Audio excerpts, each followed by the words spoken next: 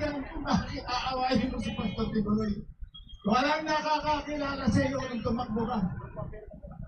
Kahit ang ABS-CBN, reminder ha, Mr. President, nobody wanted to give an audience.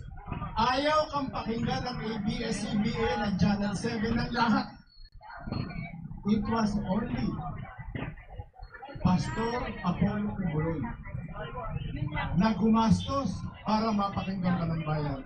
Bakit napakataniwala ka sa iyo? Nagkaroon ng debate, panalo ka. Nandun sila, yung ginawa mong National Security Advisor, si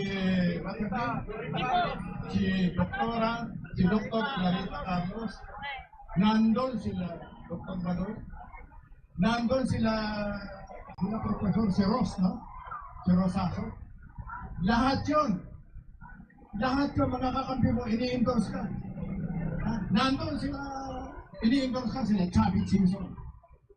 Lahat sila. At ako, Mr. President, makinig ka, ha? Anak mo po. Binoto kita. Nakakaya, pasensya na ko. Pero ibinoto kita, Mr. President. Ibinoto kita sapagkat bakit ko naman iboboto si Lenny Robredo?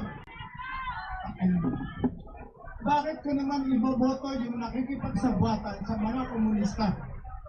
Ibinoto kita, Mr. President, sapagkat naniniwala ako na ipagpapatuloy mo yung programa na ipagsak na tapusin ng tuluyan ang paghahari ng Communist Party of the Philippines at ng Grupo Communist. Yan ang dahilan, Mr. President. Ibinoto kita. What's happening now, Mr. President? Lahat, alos natin. Hindi ko alam kung may kakilala ko ngayon na nagdala sa iyo na. Lahat ng mga tumulong sa iyo, puro kaaway mo na.